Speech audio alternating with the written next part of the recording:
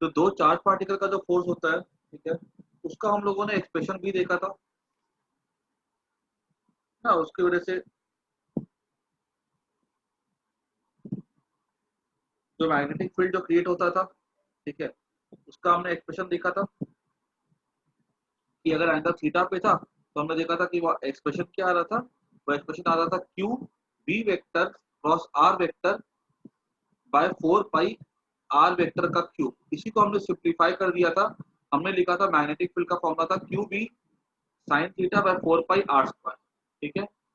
ये हमारा हो जाता था मैग्नेटिक फील्ड का एक्सप्रेशन एट एनी लोकेशन, ठीक है, जो कि जहाँ पे थीटा क्या था, आर वेक्टर के बीच में और बी वेक्टर के बीच में एंगल क्यू था, ये यहाँ पे ऐसे था, ये बी, यहाँ पे देखना हमको आर वेक्टर पे देखना हमको मैग्नेटिक फील्ड, तो देखे थे तो ये था q B sine theta do not by 4 pi r का। इससे हम लोग कहीं पे कोई चार्ज अगर मूव कर रहा है तो हम लोग वहां पे क्या कर सकते हैं, अकॉर्डिंगली उस पर फोर्स दिखा सकते हैं। हमने देखा ये भी था कि यहाँ पे हमने दो चार्ज को ऐसे रखे थे, ठीक है, हमने दो चार्ज ऐसे रखा था, ठीक है, ऐसे मूव करते हुए हमने फोर्स निकाला था एक का दूसरे की वजह से, ठीक है। और हमने ये भी देखा था कि एक चार्ज हमने ऐसे रखा था, ठीक है, दूसरा चार्ज ऐसे मूव करवा रहे थे, तो हमने ये भी देखा था कि ये एक्शन रिएक्शन पेयर फॉर्म नहीं करते हैं।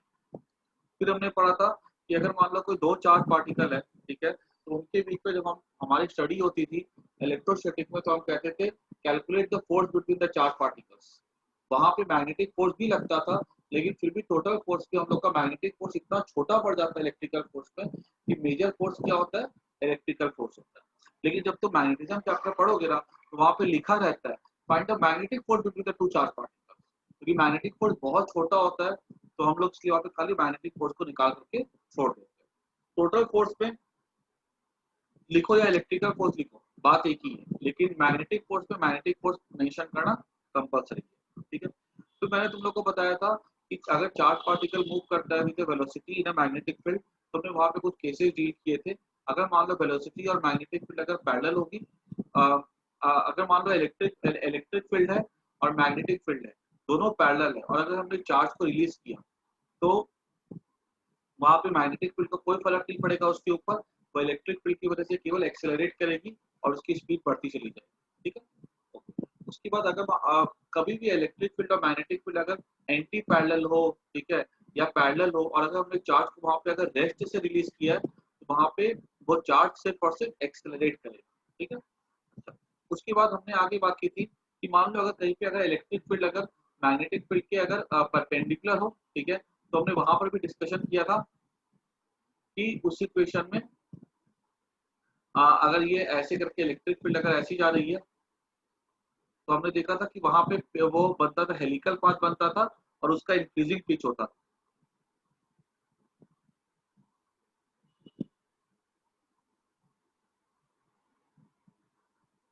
ठीक है।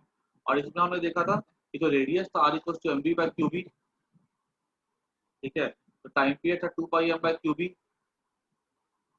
जो यहाँ पर ये सब कैसे रहते थे, कांस्टेंट रहते थे। हमने यहाँ पे चार्ज, ये इलेक्ट्रिक फील्ड था, वेलोसिटी हमने ऐसी दी थी, और मैग्नेटिक फील्ड था अंदर की तरफ, ठीक है। हमने यहाँ पे क्या देखा था कि भले जो रेडियस होता है ना, वो उस वेलोसिटी पे डिपेंड करता है जो कि मैग्नेटिक फील्ड के परपेंडिकुलर होता है, ठीक है। ये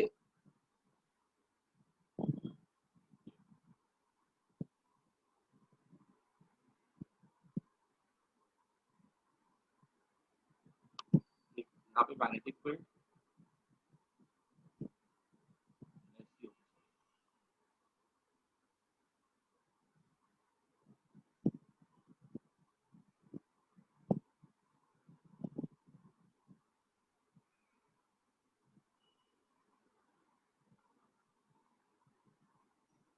इस तरह से,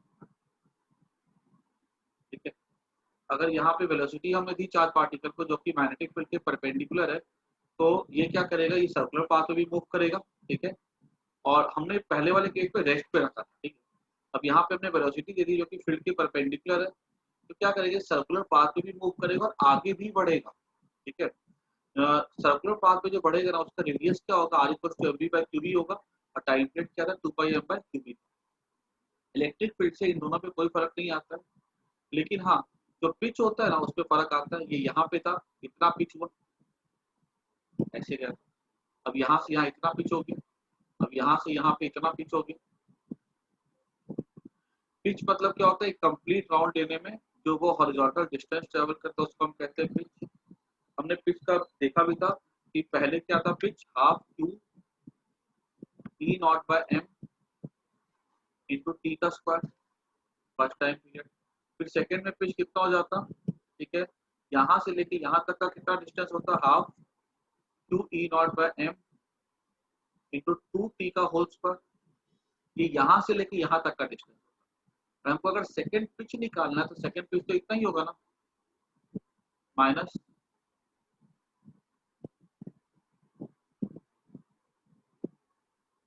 ठीक है, ये ऐसा हो जाएगा।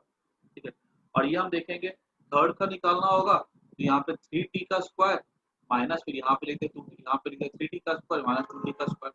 और हर बार देखोगे जो पिच की वैल्यू होती है ना वो बढ़ती चली जाती है। ठीक है, ये भी हमने देखा था।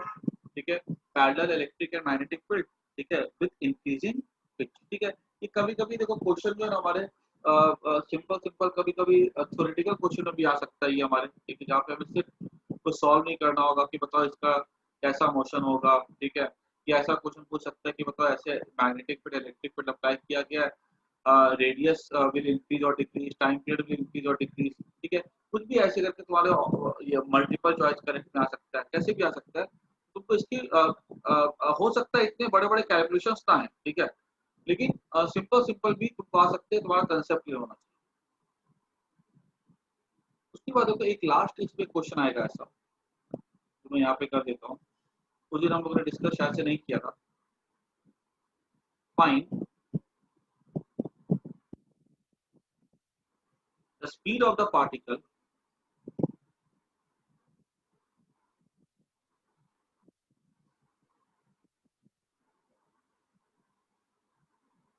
When it crosses coordinate x0। ठीक है,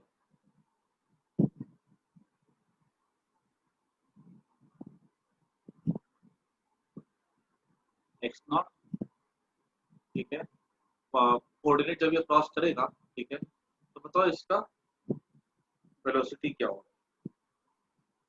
ठीक है, अब देखो इसके याद रखना कि ये ऐसे करके जा रहा है जा रहा है जा रहा है। ठीक है, हमें दिया गया चार्ज Q है, हमें दिया गया इलेक्ट्रिक फील्ड E नॉट है, हमें दिया गया मैग्नेटिक फील्ड B है, हमें दिया गया जो स्पीड है परपेंडिकुलर टू मैग्नेटिक फील्ड वो V है। ठीक है, यहाँ परपेंडिकुलर टू मैग्नेटिक फील्ड भी है और ये इसका भी है, क्या कहते हैं, इलेक्ट्रिक फील्ड। ठीक है, बताओ कभी जब ये मोमेंट x नॉट पहुंचेगा, ठीक है, x नॉट कहीं पर भी हो सकता है, वो यहाँ पर भी हो सकता है। ठीक है, एक्स एक्सिस पे अगर एक्स नॉट पहुंचेगा और वाई के बारे में कोई इंफॉर्मेशन नहीं दी है। ठीक है, एक्स नॉट इसको एक्स नॉट को हम लोग क्या एब्सिसा बोलते हैं ना, कोऑर्डिनेट बोलते हैं, और एब्सिसा बोलते हैं कोऑर्डिनेट में, एक्स को हम लोग एब्सिसा बोलते हैं, वाई को हम लोग ऑर्डिनेट बोलते हैं। तो जब एक्स नॉट एब्सिसा पे पहुंचेगा तो बताओ इसकी स्पीड क्या होगी। देखो यहाँ पे तुमको ऐसा, अगर तुम इसको देखो ना तो मोशन बहुत ज्यादा कॉम्प्लेक्स हमको लग रहा है, क्योंकि मोशन सर्कुलर मोशन के साथ साथ स्ट्रेट लाइन मोशन भी है, तो मोशन काफी कॉम्प्लेक्स है। अब स्पीड कैसे निकाली जाए, इस सवाल में जब हमको स्पीड निकालने के लिए बोला जाए ना तो हम यहाँ पर यूज करेंगे वर्क एनर्जी थ्योरम।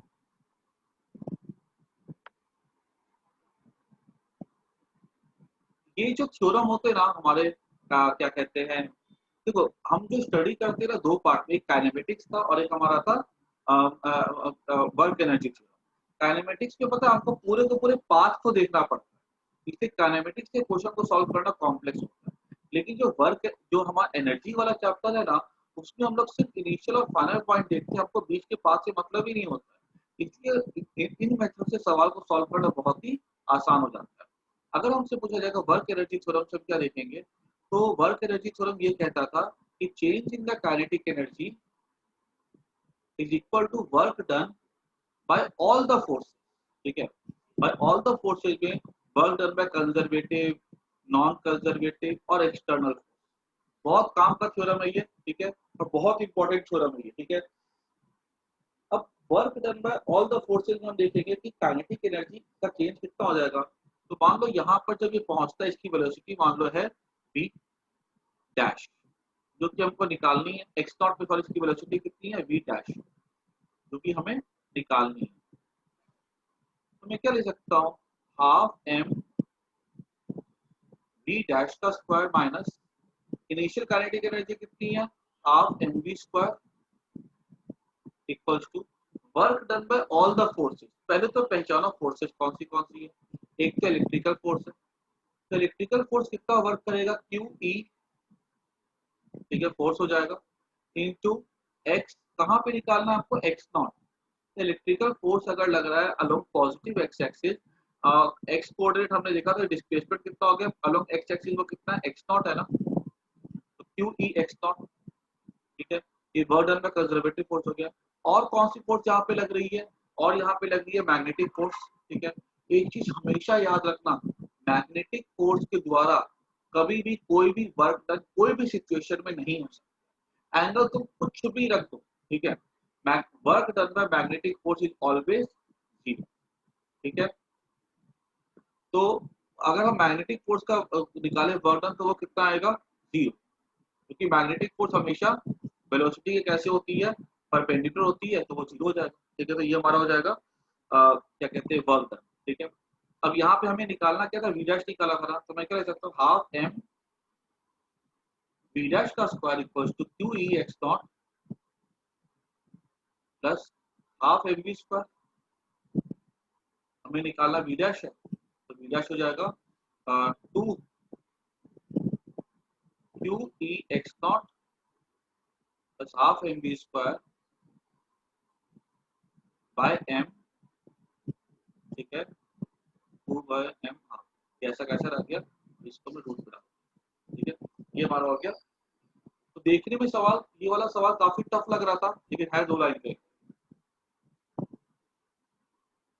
समझ में आ गई बात सबको। अब इसमें हमसे और क्या पूछा जा सकता है, ठीक है, हमसे पूछा जा सकता है इसमें और कि बताओ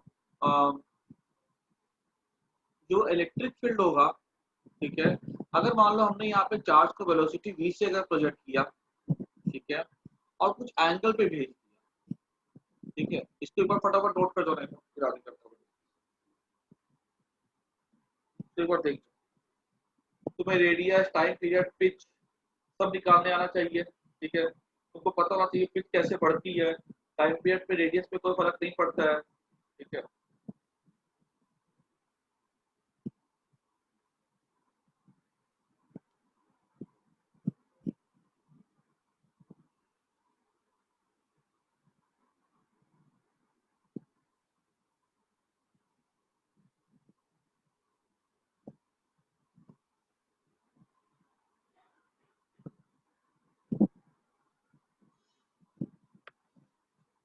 उसके बाद देखो,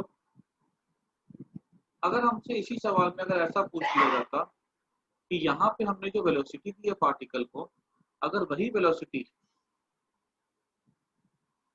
हमने अगर कुछ इस तरह से दी होती,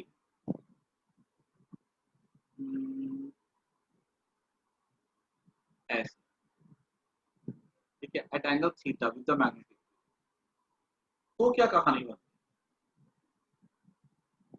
तो देखो रेडियस का फॉर्मूला क्या था, r equals to mv by qv होता है। mv वेलोसिटी कौन सी लेते थे, परपेंडिकुलर टू फील्ड वन, ये mv sin theta by qv हो जाता। टाइम पीरियड की बात करते तो टाइम पीरियड होता 2 पाई m बाय qv, उस पर कोई फर्क नहीं पड़ता। और अगर हम बात करते पिच की, तो पहला पिच क्या हो जाता, तो देखो v cos theta plus half q E by m t का स्क्वायर।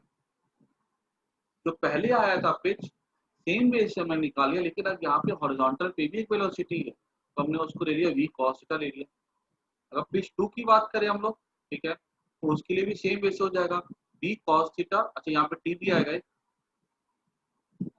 बी यू टी होता है ना, s equals to u t plus half a T.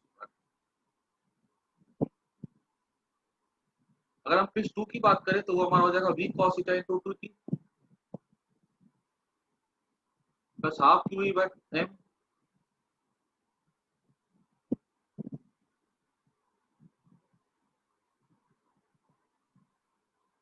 Minus, ठीक है। फिर हम इसको ये वाली वैल्यू को यहाँ पुट कर देंगे, ठीक है। ये जो यहाँ पे आएगा माइनस पी वन कर दो, ठीक है। तो हमको उससे क्या होगा, फिश 2 मिल जाएगा। फिश 3 निकालनी होगी तो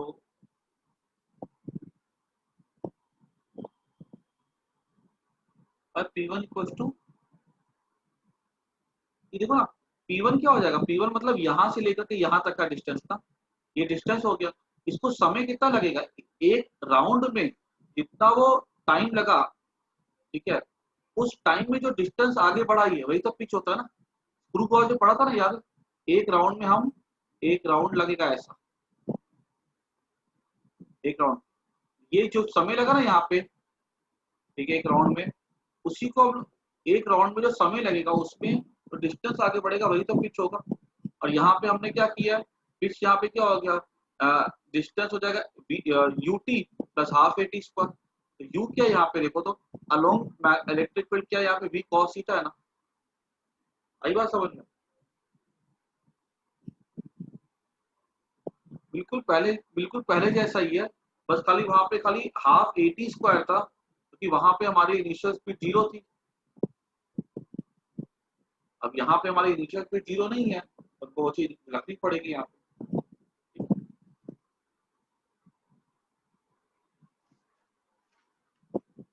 ये हमारा टॉपिक हो गया combination of electric field and magnetic, ठीक है।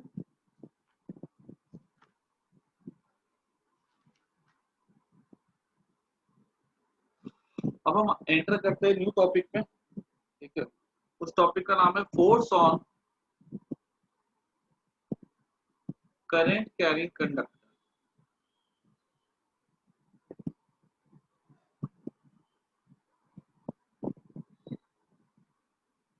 प्लेस्ड इन मैग्नेटिक, ठीक है।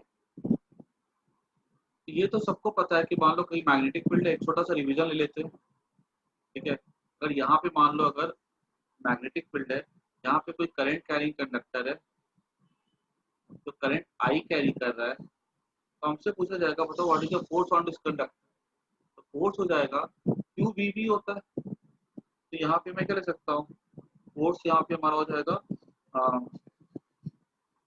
ई q v B sine theta, q v B, B के बदले चार्ज, ये क्यू के बदले क्या आ जाएगा, पॉजिट्रॉन ले लेते हैं, positive charge equivalent to electron. V d के बदले वीडी ले लेते हैं, बी ले लेते हैं। और यहाँ पे एंगल कितना देखो तो ड्रिफ्ट वेलोसिटी ऐसे मैग्नेटिक फील्ड अंदर की तरफ, यहाँ पे हो जाएगा साइन 90, ये एक चार्ज पे फोर्स, टोटल चार्ज कितना हो जाएगा n A into l. N क्या है, चार्ज डेंसिटी, और ए इंटू एल क्या हो गया, वॉल्यूम। ये चार्ज पर यूनिट वॉल्यूम होता है, याद होगा सब कुछ। एन क्या था, चार्ज इन यूनिट वॉल्यूम, और एरिया इंटू लेंथ क्या हो जाता है, वॉल्यूम। तो ऑब्वियस ही बात है, हमने पढ़ के रखा था I equals to n e A v d. तो फोर्स क्या हो जाएगा हमारा, ये हमारा हो जाएगा एन ई ए वी डी, इसको रख दो आई, ये हो गया एल, ये हो गया बी, ये हमारा हो गया फोर्स का फॉर्मूला आई एल, ठीक है। ये डेरिवेशन तुम लोगों ने सीखा भी था, ठीक है, वहां पे हम लोगों ने स्टेटमेंट भी लिखा था। अगर यहाँ पे ये करंट अगर मैग्नेटिक फील्ड अगर ऐसे है,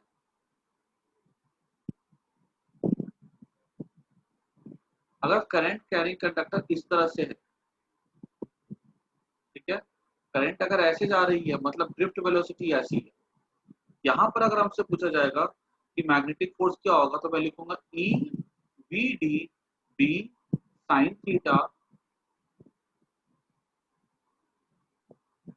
अगर मान लो यहाँ पे ये अगर मैग्नेटिक फील्ड ऐसा भी ले सकते हैं हम लोग, ठीक है। यानी तो यहाँ पे मैं ऐसा करूँ, अगर ये सही है इसके लिए, ठीक है।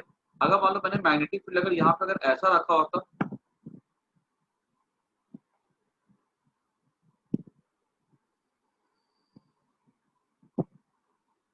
ठीक है, तो भी एंगल आपको कितना मिलता, 90 डिग्री मिलता। इसके लिए भी वैलिड है। अब यहाँ पे क्या किया गया है, यहाँ पर जो मैग्नेटिक फील्ड है ना, इसको हमने ऐसा रखा जैसे ऊपर में रखा था, ये करंट ऐसे फ्लो कर रही है। अब यहाँ पर अगर इसमें मैग्नेटिक फील्ड में और इसमें अगर हम एंगल देखें ना, ये एंगल कितना थीटा है, ठीक है। तो ड्रिफ्ट वेलोसिटी के बीच में और मैग्नेटिक फील्ड के बीच में एंगल कितना है, देखो तो इधर करंट होती है उधर ही ड्रिफ्ट वेलोसिटी होती है ना, करंट इधर है, ड्रिफ्ट वेलोसिटी भी किधर होगी, इधर ही होगी, सेम डायरेक्शन होता है।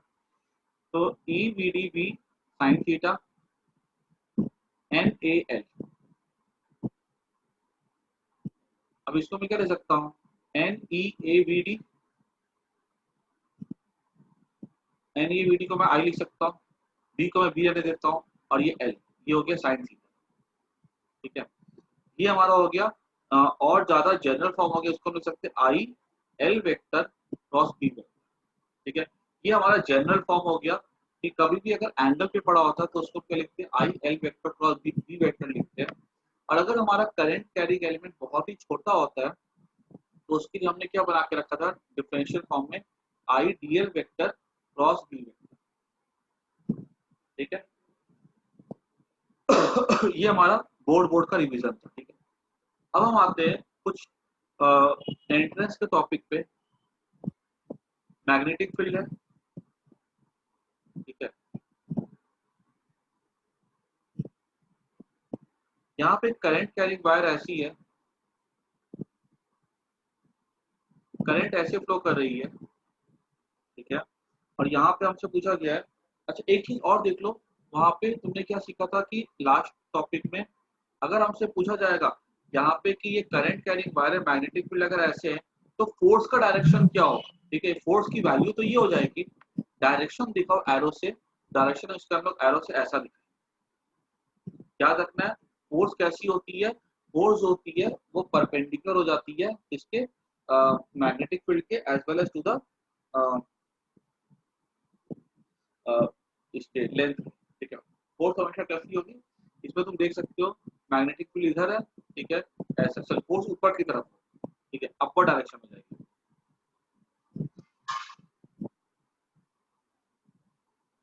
फोर्स कैसी रहेगी इसमें, अपर डायरेक्शन। ये ना फ्लेमिंग्स लेफ्ट हैंड रूल से देख सकते हो,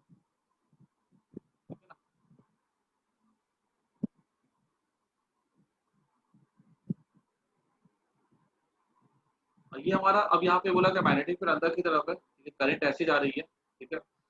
तो पूछा गया कि बताओ यहाँ पे जो टोटल फोर्स होगा वो इस पे कितना होगा। अगर यहाँ पे हम देखें ना तो टोटल फोर्स अगर मुझे देखा जाए ना तो सब पे अगर फोर्सेज में देखूँ ना अगर इंडिविजुअली, तो एक पे फोर्स कैसा जाएगा, ऐसे जाएगा,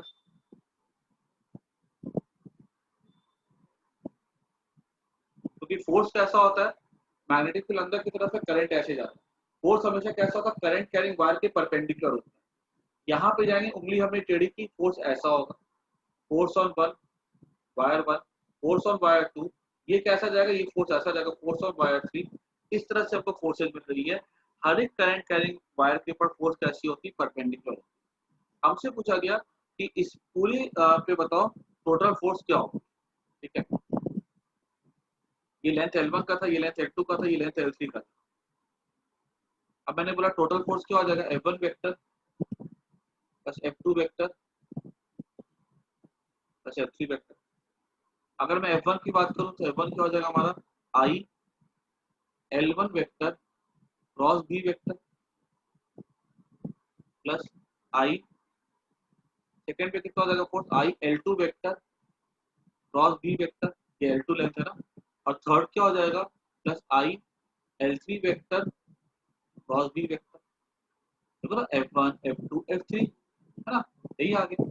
अब यहाँ से देखो तो, यहाँ से अगर हम ध्यान से देखें तो यहाँ पे सब में आई कॉमन है, मैं क्या ले सकता हूँ,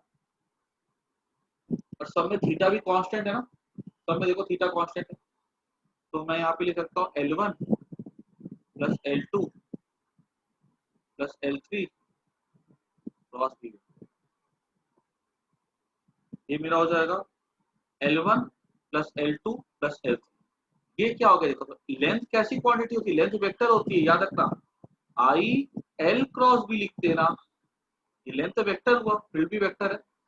तो अगर हमसे L1 plus L2 plus L3 पूछा जाए तो हम इसको ऐसा लिखेंगे, ये क्या हो गया L1 plus L2 plus L3, ये क्या हो गया L वेक्टर हो गया ना। जो polygon law of vector addition हमने सीखा था ना, ये हम L1 गए L2 गए L3 गए, ये हमारा L हो गया। इसको मैं लिख सकता हूँ I l vector cross B vector. बहुत ही इंपॉर्टेंट रिलेशन है ये, ठीक है। कहने का मतलब ये है इस एक्सप्रेशन का कि वायर को तुम कैसा भी रखो टेढ़ा मेढ़ा करके, ठीक है, उसमें जो फोर्स लगता है मैग्नेटिक फील्ड में, ठीक है, वो फोर्स के लिए हम क्या करते हैं, हम उसका खाली इनिशियल और फाइनल पॉइंट को जोड़ देते हैं, वो हमारा बन जाता है उसके लिए इफेक्टिव लेंथ। अगर यहाँ पे ये वायर अगर मैंने ऐसे रखी होती कोई ऐसे करके, मुझसे पूछा जाता कि बताओ यहाँ पे कितना मैग्नेटिक फोर्स लगेगा, तो मैंने इसको ऐसे करके देख लिया होता, ये मेरा हो जाता I l vector cross B vector, ठीक है। अगर मान लो यहाँ पे हमसे अगर ऐसा सवाल पूछ लिया जाए कि मैग्नेटिक फील्ड अगर ऐसी है,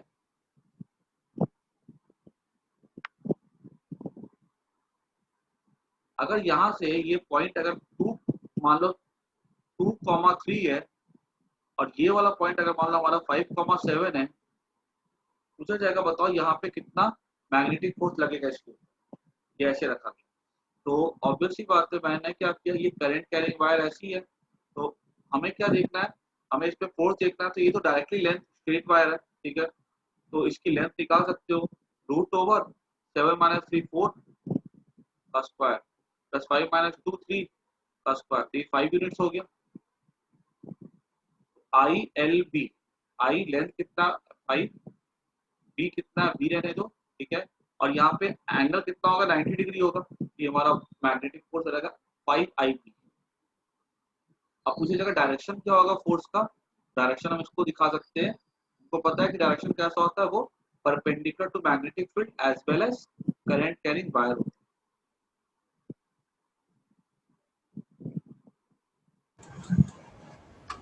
जैसा हमारा।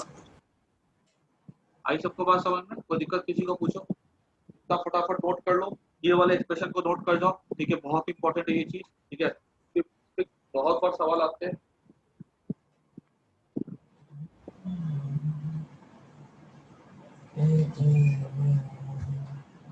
नहीं नेबुला डी ना नीचे खाली क्या बोले, क्या बोले बिलाल। सॉरी सर मुझसे आपको बोले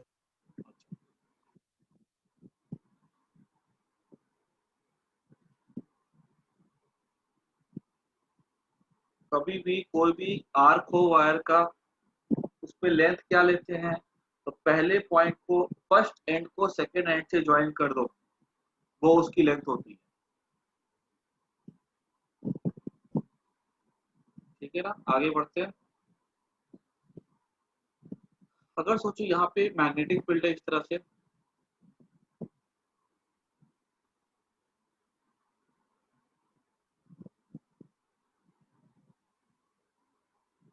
ठीक है, यहाँ पर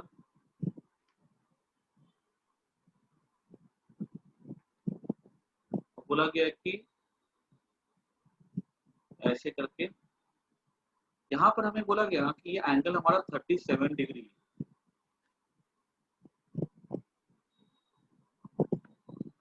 और ये जो लेंथ है ना ये एल है, ये भी लेंथ जो है एल है, ठीक है। हमसे क्या पूछा गया बताओ, इस सिचुएशन में जो मैग्नेटिक फोर्स होगा वो कितना हो, तो ट्राई कर सकते हो, सबको ट्राई करो एक बार। ये एक बार करंट ऐसे जा रही है, ये ऐसे जा रही है, सबको ट्राई करो, इफेक्टिव लेंथ निकाल लो खाली, मैग्नेटिक फील्ड को भी ले लो, करंट को आई ले लो, वायर की इंडिविजुअल लेंथ एल है, ठीक है, ये लेंथ यहाँ से लेके यहाँ तक की है, यहाँ से लेके यहाँ तक। निकालो कितना इसके ऊपर फोर्स लगेगा।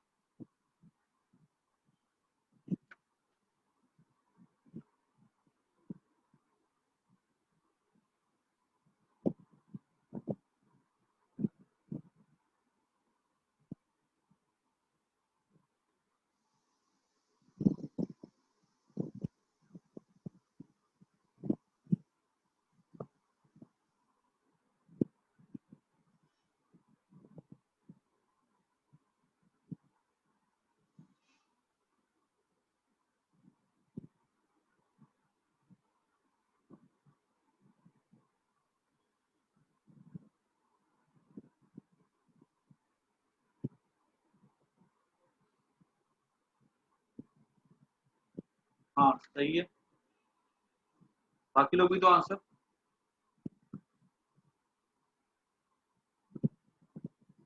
खाली इसको ज्वाइन कर दे ऐसे, अगर तो सही है, वेरी गुड।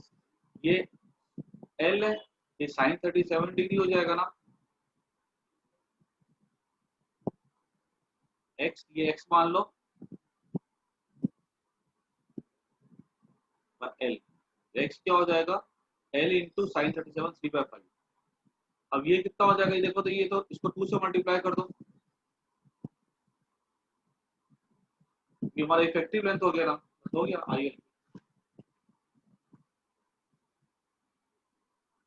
आया सबको समझ में। मैग्नेटिक फील्ड है, ऐसे मान लो कि सर्कुलर लूप है, ठीक है।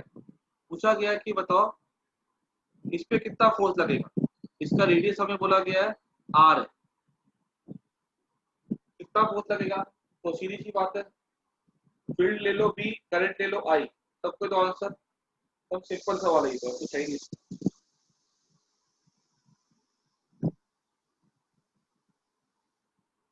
ये कितना हो जाएगा देखो तो 2 आर हो जाएगा ना, ठीक है। तो I l B, I into 2 r into B, magnetic force हो जाएगा, ठीक है।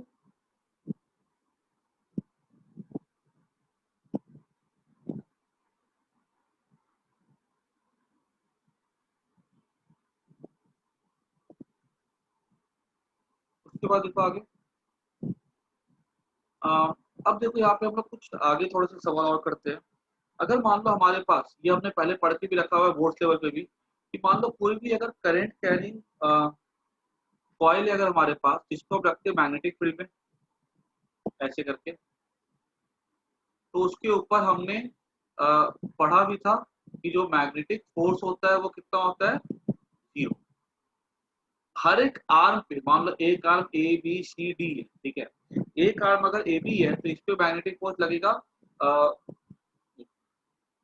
करंट ऐसे फ्लो करेगी, इस पे लगेगा फोर्स इधर, इस पे लगेगा फोर्स इधर, इस पे लगेगा फोर्स ऊपर, इस पे लगेगा फोर्स नीचे।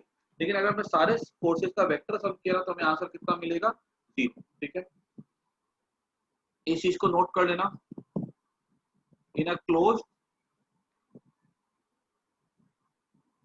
लूप मैग्नेटिक फोर्स इज 0, उसके बाद provided B vector is constant,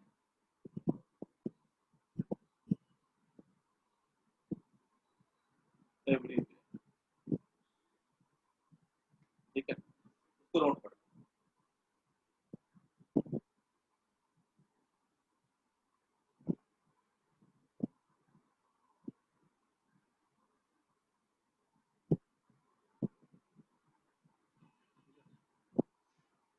अच्छा, अब इसके बाद देखो कैसे सवाल हमारे सामने और आएंगे।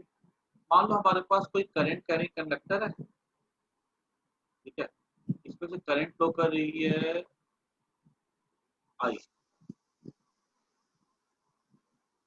ठीक है, करंट आई फ्लो कर रही है, और यहाँ पे हमारे पास एक छोटा सा कंडक्टर है जिसपे यहाँ पे जो करंट कैरी कर रहा है आई। पूछा गया बताओ यहाँ पे कितना फोर्स लगेगा आई के ऊपर, जब यहाँ पे लेंथ कितनी है एल। तो हम यहाँ बोल सकते हैं क्लियरली इसकी वजह से मैग्नेटिक फील्ड कितना हो जाएगा, mu not I bye 2 pi, distance मान लो कितना एक बार के लिए हमको दे दिया जाएगा डी, मतलब कितना फोर्स लगेगा इसके ऊपर, इसकी लेंथ एल है, तो मैग्नेटिक फील्ड इसकी वजह से यहाँ पे निकाल देंगे 2 पाई डी इंटू लेंथ कितना लेंगे इसका एल लेंगे, करंट कितना लेंगे आई टू लेंगे, क्योंकि यहाँ पे फील्ड किधर जाएगा, अंदर की तरफ जाएगा। हमने फिर सीखा था कि जब हमारे पास लॉन्ग वायर थी तो उसकी वजह से अगर हमको 2 वायर पे अगर फोर्स निकालने थे तो हमने उसके लिए भी एक्सप्रेशन सीख के रखा था, लेकिन जब लॉन्ग वायर होती है तो वायर की लेंथ इंफिनिटी हो जाती है, तो वहां पे ये बात बोलना कि फोर्स बिटवीन टू कंडक्टर उतना सही बात नहीं होगा, क्योंकि अगर वायर की लेंथ अगर इंफिनिटी है तो हम किसकी बात करते हैं, फोर्स ऑन यूनिट लेंथ की बात करते हैं। ठीक है, आई बात समझ में इस तरह से। अच्छा एक चीज देखो, तुमने मैंने बताया भी था कि जैसे मान लो कोई पोल की जो तार होती है ना, ठीक है, उस तार के बीच पे कभी देखा होगा गांव सब में, यहाँ पे तो या कहीं पे जाओ ना अगर थोड़ा इंटीरियर में, तो वहां पे जो पोल की जो वायर्स होती है ना उसके बीच में वो लोग क्या करते हैं, एक इंसुलेटर लगा करके रखते हैं, क्योंकि वो जो दो करंट कैरिंग वायर्स होती है इनके बीच में फोर्स लगता है। अब अगर मान लो वहां पे अगर आंधी आती है कोई भी कारण से अगर वायर अगर चिपक जाएगी तो वो वहां पे शॉर्ट सर्किट हो जाएगा और वहां पे हेवी शॉक प्रोड्यूस होगा, तो उसको ताकि वो चिपके नहीं वायर, ठीक है, उनके बीच में वो गैप बना रहे, उसके लिए हम क्या करते हैं, दो करंट कैरिंग वायर के बीच में हम लोग क्या करते हैं, इस तरह से हम लोग वहां पर ऐसे करके इंसुलेटर लगाते हैं। ठीक है, तो सबको समझ में आ गया। आगे अब देखते हैं, कुछ सवाल और देखते हैं हम लोग। मान लो कि यहाँ पे करंट कैरिंग कंडक्टर है तुम्हारे पास, ठीक है, और हमसे बोला गया है कि करंट कैरिंग कंडक्टर की वजह से यहाँ पर करंट आई फ्लो कर रही है, और यहाँ पे ना हमारे पास एक दूसरा करंट कैरिंग कंडक्टर है, ये करंट कैरिंग यहाँ से इसका जो गैप है ना ये ए है,